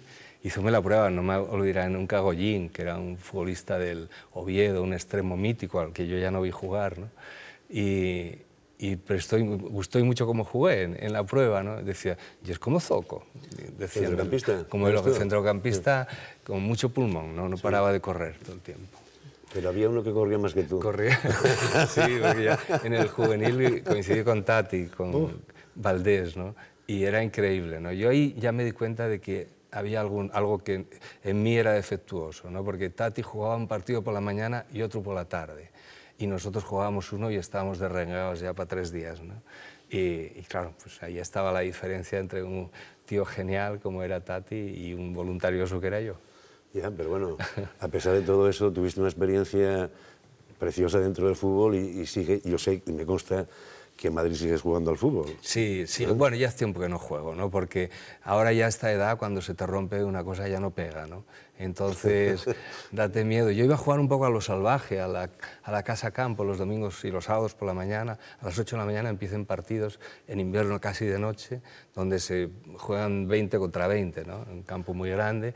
Y claro, empiezas a jugar con chavales jovencísimos que te atropellen, ¿no? Llévente por delante sin darse cuenta de que tienes una edad provecta, y dije, hubo un momento en que, bueno, vamos a dejar eso. Sin embargo, hubo otra edad en la que cogiste ya les maletes, no sé si serían como les de aquel que ven a Alemania Pepe, pero tú marchaste de Mieres, abandonaste un poco Asturias y fuiste a hacer Les Américas a Madrid. Creo que tenías más o menos 16 años, ¿no? 16 años tenía, a 17. ¿no? ¿Y cómo lo hiciste aquello? Pues mira, yo sabía que si quería hacer algo en la música, tenía que empezar por donde se suponía que había que empezar, que era estar en un sitio central donde se desarrollase el mundo musical. Todo esto por pura intuición, ¿no? Porque nadie me contó nada, nadie me dijo nada, ¿no?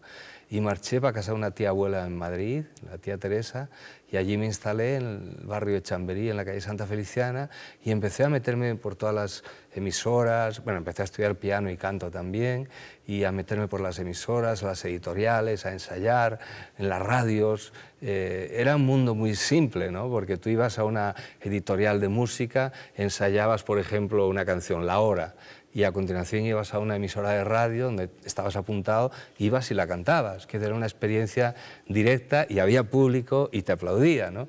Entonces era, bueno, era el aprendizaje que había entonces, ¿no? Igual que ahora pasa por esa superestructura que son los programas de televisión y tal, antes era todo mucho más modesto, seguramente te daba más tiempo a desarrollarte, a que realmente pudieses decantarte y si había algo dentro de ti, alguna perlina dentro, que la pudieses sacar afuera, ¿no? Sí, lo que pasa es que después de todo eso hiciste canciones que tuvieron mucho éxito, fuiste, para mí evidentemente sigue siéndolo y para el mundo en general, ¿no? Pero de aquella, creo que hiciste una gira y que contigo estaba de telonero una persona a la que yo también admiraba, que era Julio Iglesias, ¿no? Ah, Julio, sí. Julio coincidimos, la verdad es que viéndoles fotos de esa época, ¿no? Eran un poco impresionantes, ¿no? Porque la revista Mundo Joven nos siguió una gira por Galicia, en las 4 capitales, ¿no? Y era, bueno, Julio pues con su limpieza de siempre, muy bien vestido, muy correcto y tal, ¿no?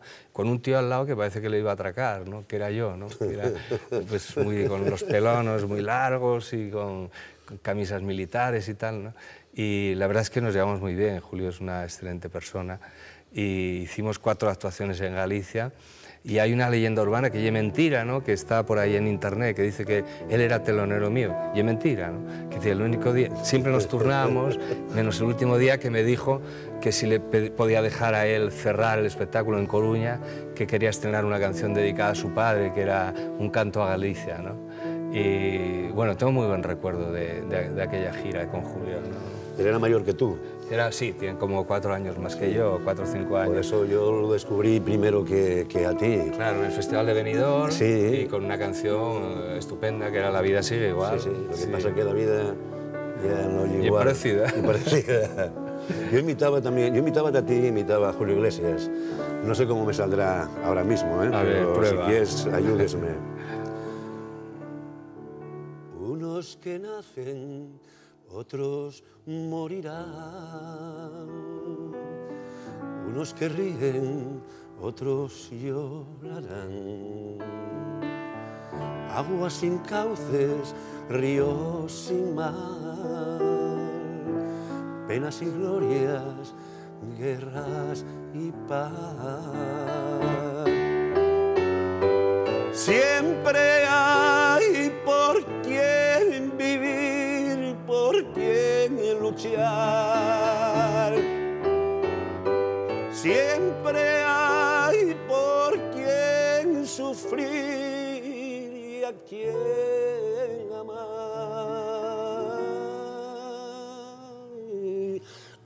Al final las cosas quedan, las gentes se van. Otros que vienen las continuarán. La vida, para mí, ya no sigue igual. Ya va, ya va, ya. No, para Julio tampoco sigue igual. Ya va. Recuérdame que hablamos mucho aquellas 2 semanas por Galicia, ¿no?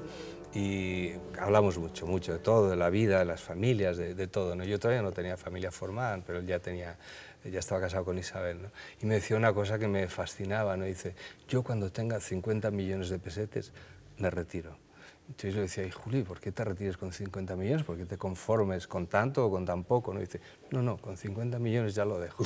O sea que se ve que no llegó todavía. No, estamos... Sí, yo acuérdome allá por el 78 cuando tú me contabas el nivel de facturación que tenía aquella empresa y aquella marca que era Julio Iglesias, que a mí era una industria, era una corporación, ¿no? Sí. Era increíble, ¿no? Sí. bueno, ha trabajado mucho y la verdad es que ha dedicado... Y también me contó en esa época, ¿no? Dice, no, para mí lo primero es la música y la familia lo secundario, ¿no? Oye, en aquella época conociste a Ana Belén, ¿no? Sí, en esa gira, precisamente. Y claro, en Galicia. Él, sintiéndose más guapo que tú y viendo aquel paria de la tierra, pensó que aquella moza...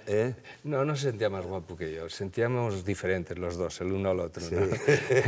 Pero estaba claro que esa nenina que era Ana, que tenía 20 años cuando yo la conocí, y él la conoció también el mismo día, ¿no? Pero era un señor muy mayor para ella, hombre. Sí, era mayor, y sobre todo que a Ana gusta ni más peludos, gusta más greñudos. Sí, me acuerdo que le dijo Julio, dice, ay, Anita, que no has querido hacer una película conmigo, ¿no? Y Ana dice, no, pasas. ¿Qué dices, Xavi? Estamos escuchando las canciones de Víctor. Menuda sorpresa lo de la campanera, ¿eh? ¡Guau! Esa fue muy fuerte. Tenía yo entonces la voz... muy bueno, pero vamos, eso fue para mí lo mejor. Oye, además a mí me consta, de los años que conozco a Víctor, que no hay una persona que beba mucho, pero un día cometió, entre algún día más de su vida, un exceso que fue tomar un culete de sidra. Sí. Y pusísteme en Madrid nostálgico. Sí, hombre, hubo un momento en que ya empecé a componer y en serio digo yo, no, y en serio la palabra, ¿no? Pero sí que ya sabía más o menos lo que tenía que hacer desde el punto de vista de compositor, ¿no? Y tenía mucha nostalgia de Asturias, ¿no? Tenía fame de Asturias, ¿no? Y acuérdame un día estuve tomando sidra toda la mañana, un domingo por la mañana, allí en donde Gelín, donde el centro asturiano, en la calle Arenal, y fui para casa. En la mina. Y en la mina, sí. En la mina y púseme y escribí en un ratín y hice Pasearinos, ¿no? Que son de esas canciones, mezcla de folclore tradicional, de cosas... Esa canción a mí pues, púsome los pelos de punta. En aquel programa que hacía Modesto González Cobas en Radio Nacional de España, escuchar Pasearinos. Oh. Pasearinos que vais cantando, decirle a ella que en la lucha y en los fracasos me acuerdo de ella, que me pesan los mis amores y la grandeza de los montes, ríos y valles de mi tierra. Y si voy por el Carmen he de comprarle una cuerda muy corta para tus padres, pa' que te amarren fuerte, pa' que te amarren, que tus padres no quieren, vete que bailes.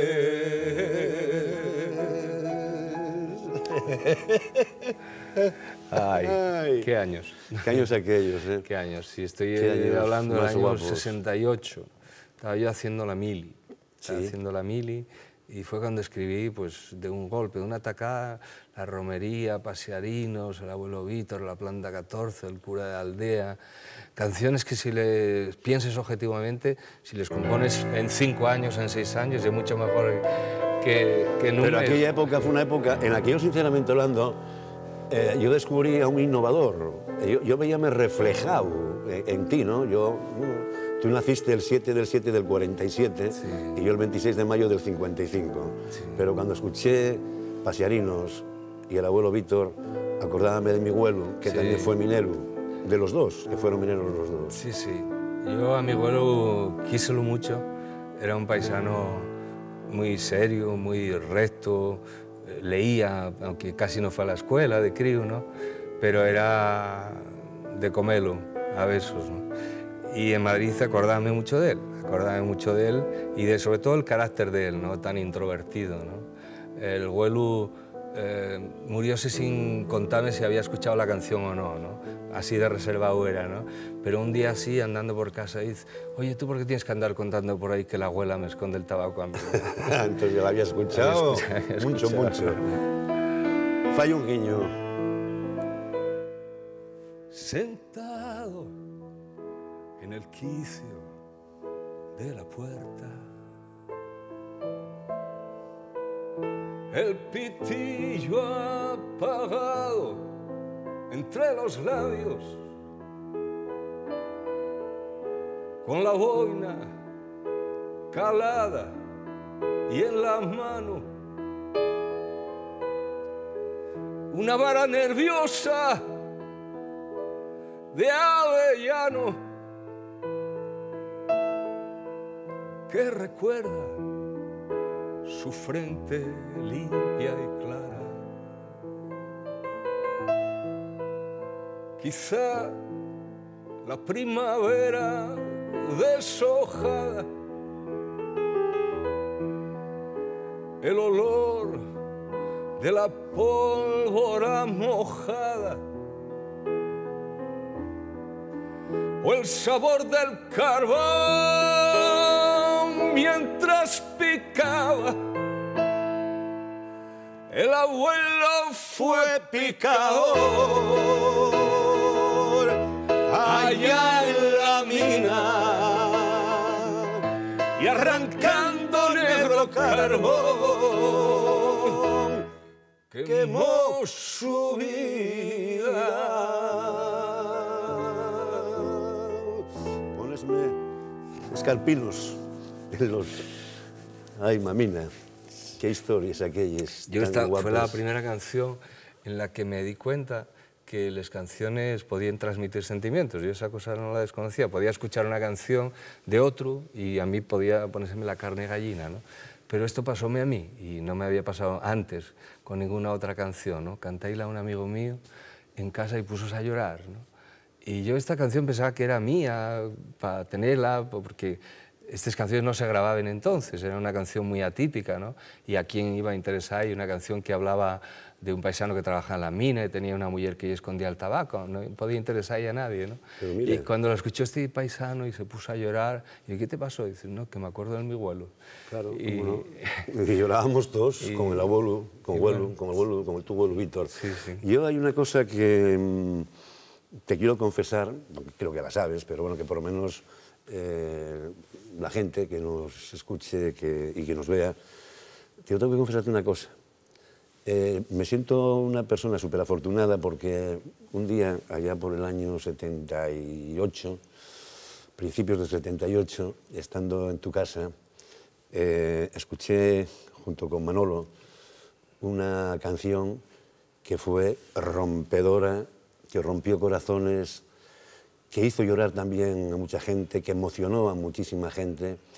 Y lo que me encanta después del tiempo, porque yo cuando salí de allí, con aquella guitarrina, con el periscopio, mirando la luna, bueno, aquellas cosas que tú hacías, y en aquella complicidad e intimidad, cantando Solo pienso en ti, Manolo cuando la escuchó, a capón te dijo, este cantar ye un pelotazo. Y yo dije, coño, a mi gusto, hombre. Pero después, hablándolo con Manolo, marchábamos allí para el hotel, aquella historia, dijo Manolo, Chus, Víctor acaba de hacer un pelotazo. Yo creo que fue la primera vez en su vida que acertó, pero porque ya me bien, por eso puedo, mi colega, podemos decirlo, ¿no? Pero yo quedé alucinado porque después, cuando la escuché, dije, este tío tiene una sensibilidad a prueba de bomba, porque el texto ya es precioso y el sentimiento, la interpretación que haces, sin comentarios. Sí. Muchas veces lo que te pasa es cuando estás haciendo una canción y estás dentro de ella, no sabes muy bien lo que estás haciendo, ¿no? Hasta que no ves el resultado, ¿no? Esta es una historia real que yo tomé de un espacio real, de una gente que existe y que todavía siguen existiendo, ¿no? Sí, contaste, y bueno, Mariluz y Antonio, ¿no? Y lo que pasa es que, bueno, pasa el tiempo y la canción que no tuvo tanta importancia como ha tenido después, ¿no? Era una canción que hablaba de algo, de unos discapacitados, pero sin concretar muy bien cómo, ¿no? Y la verdad es una de las canciones que más satisfacciones me ha dado a mí en la vida, ¿no?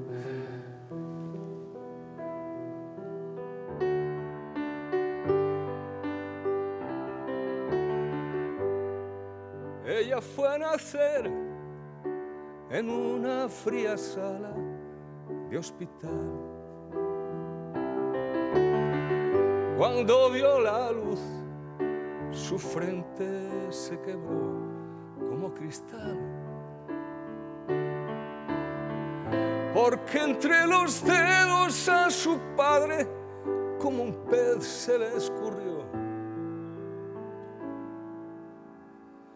Hace un mes cumplió los 26. Solo pienso en ti. Hey, solo pienso en ti. Juntos de la mano se les ve por el jardín. No puede haber nadie en este mundo tan feliz. Hey, solo pienso en ti. Este fue un caso muy curioso porque yo, bueno, entre de los años 70, Pasearinos, el abuelo Víctor, y esta canción habían pasado 10 años, ¿no? Y yo había tenido en medio una especie de corrimiento de tierras, ¿no? Yo había desaparecido prácticamente de la circulación, comercialmente, ¿no? Tuve muchos problemas, dediquéme más a la política que a la música, ¿no? Y fue muy curioso porque cuando volví a cantar y salió esta canción la primera, ¿no? Me dieron otra vez el premio Revelación, 10 años después, ¿no? Me lo habían dado en el año 69, volvieron a darme el premio Revelación y recibieronme como un resucitado, ¿no? Que realmente era un resucitado, ¿no? Claro. Pero que me hace mucha gracia cuando veo ahora la hemeroteca y tal, ¿no? Y, en fin. Bueno, pero bueno, antes, pero fíjate, antes de eso, yo era un guaje, y en Navidad a mi casa entró el portalín de piedra, estaba María y José, estaba nerviosa y todas esas cosas. Y a mí me consta, y tú me contaste en una ocasión, ¿qué te pasaba a ti? Bueno, fue en Pamplona donde ganaste el concurso de villancicos, pero cuando tú estabas aquí en Asturias, que venís de vez en cuando, o más a menudo que ahora, ¿por dónde pasabas tú? Yo poníame siempre en Navidades, iba al carrillón de la Caja de Ahorros de Oviedo, porque ponían el portalín de piedra y abría la ventanilla del coche y escuchábalo y ya iba para casa a dormir encantado de la vida, ¿no? A mí aquello parecía lo máximo, la consagración definitiva, ¿no?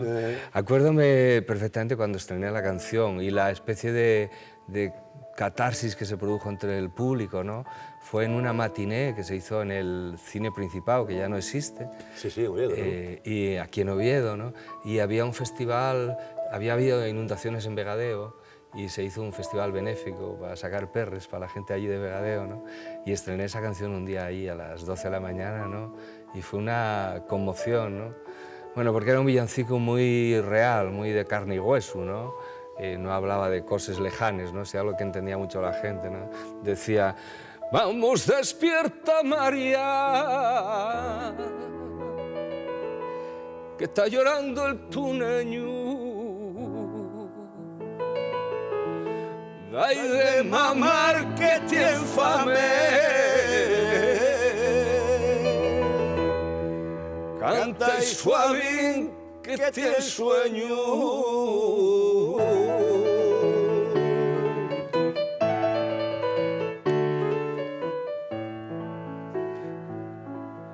Pon y la albarda a la burra, vamos a marchar de este pueblo que nos lo quieren matar y yo no quiero perderlo, que yo es fiu mío y fiu de Dios y viene a enseñarnos un mundo mejor. Y en el portalín de piedra estaba María y José, estaba María llorando, estaba nervioso José. Y en el portalín de piedra estaba María y José, estaba María llorando, estaba nervioso José.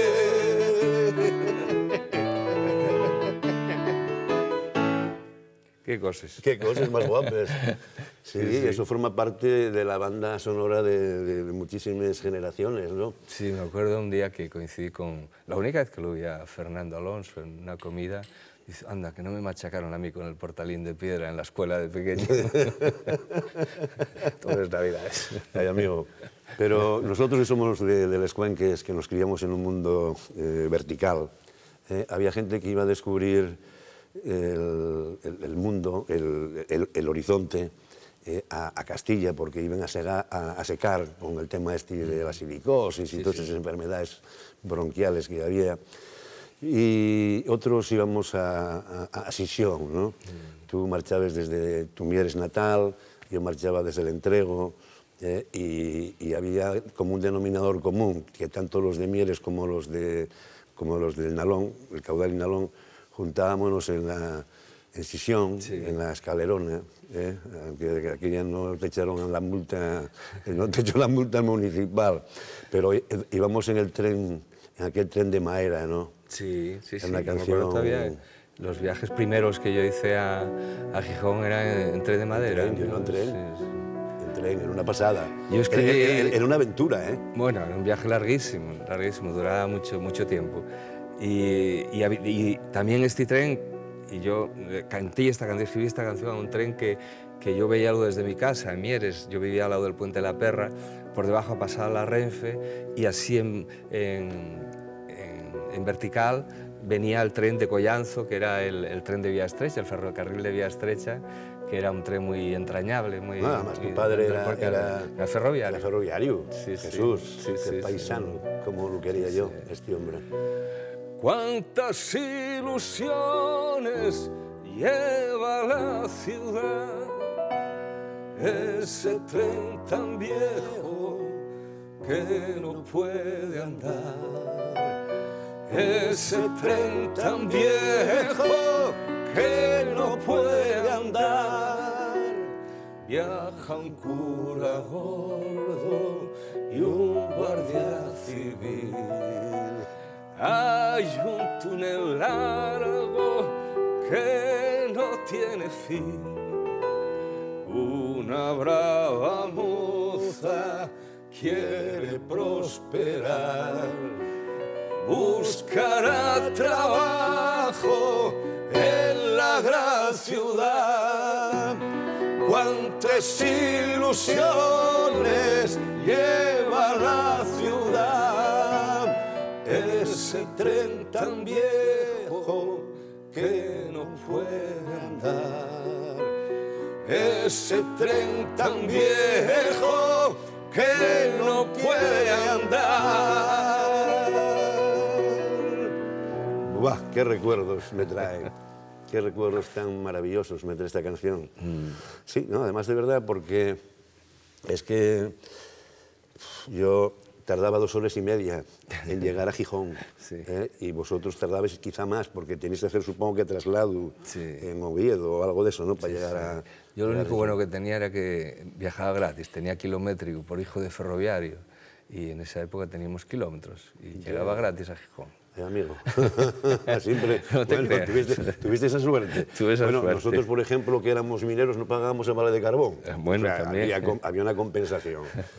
Pero bueno, qué pena que tengamos tan poco tiempo para poder compartir, porque estamos aquí... En el año 70. Sí, es que llegamos a 70, no llegamos a este septiembre próximo en el que vamos a estar contigo un montón de gente que te queremos en ese 50, en ese medio siglo de tu vida profesional. Tengo muchas ganas que llegue el día y estar con todos vosotros en el escenario y cantar. Va a costarme trabajo, ¿no? Porque van entrando ganas de llorar, vamos a llorar un poco más todos, de una vez cosas. y tal, llorar para cantar ya es muy difícil, no se puede. Transmitimos sentimientos. Había una amiga tuya y conocida mía, que tú me presentaste, que lloraba en el año 77 con un cantar que cantábamos unos amigos tuyos, que ya habíamos dedicado a Juan Muñiz Apico. Sí. No sé si te acuerdas. Lloraba, por supuesto. Lloraba con aquella guitarra, la Prove. Era una canción preciosa, preciosa. Me acuerdo, estás hablando de Rosa León, ¿no? Sí, que sí, cuando escuchaba la canción ya es tan guapa, tan emocionante, ¿no? Que daban ganas de llorar. Que solo quedó el tu valle. Sí, que Prove. Que Prove quedó el río Huerna, sí, sí. Bueno, pues voy a cantarte una. Venga. Voy a cantártela porque fue una de las canciones que creo que a ti y a nuestra peña de aquella, vinculada a la foceta y al martillo, que os gustaba mucho este cantar. Sí. Sí, vale.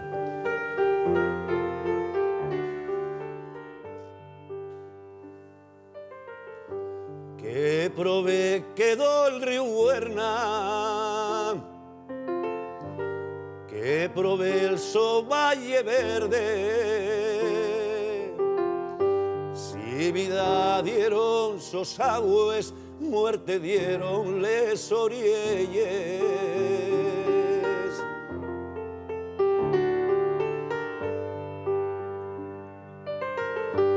No maldigo yo el tonome, río que nun es inocente. Solo quiero que tú sepas que Asturias ya no te debe. Solo quiero que tú sepas que Asturias ya no te debe.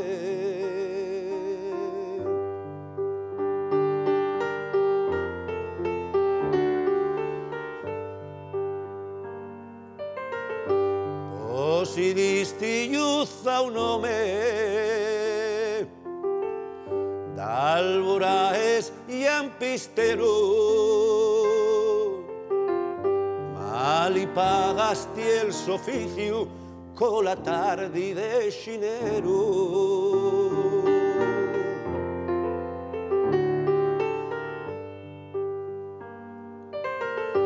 El que hiera una campana así untando los mugores, y habrá orden de libertades dende dentro les prisiones. Y habrá orden de libertades y dende dentro les prisiones.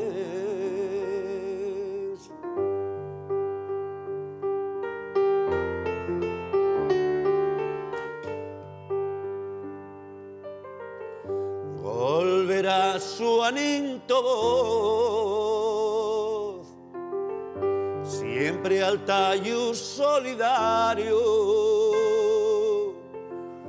obrero de la esperanza y del dolor unitario,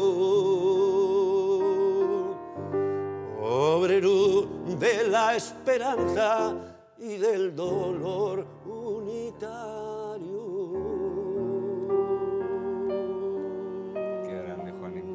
Qué paisano era, como una vida, compañero.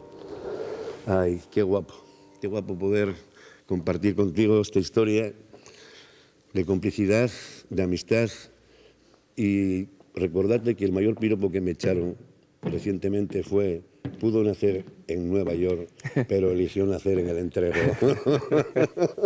Gracias. Menudo lujo, queda uno así como, ¿eh? Gracias, Víctor, Gracias. por venir a cantarnos tu vida aquí a Como era aquella. Habéis hecho como un tráiler del concierto de septiembre. Bueno, Muchísimas alguna gracias. cocina, algún Sí, guiño. sí, sí. Y a ustedes les esperamos la semana que viene, aquí en Como era aquella que decía, con más canciones, más recuerdos y más imágenes de la Asturias más reciente. Nos vemos. Nos vemos en Cómo era aquella que decía.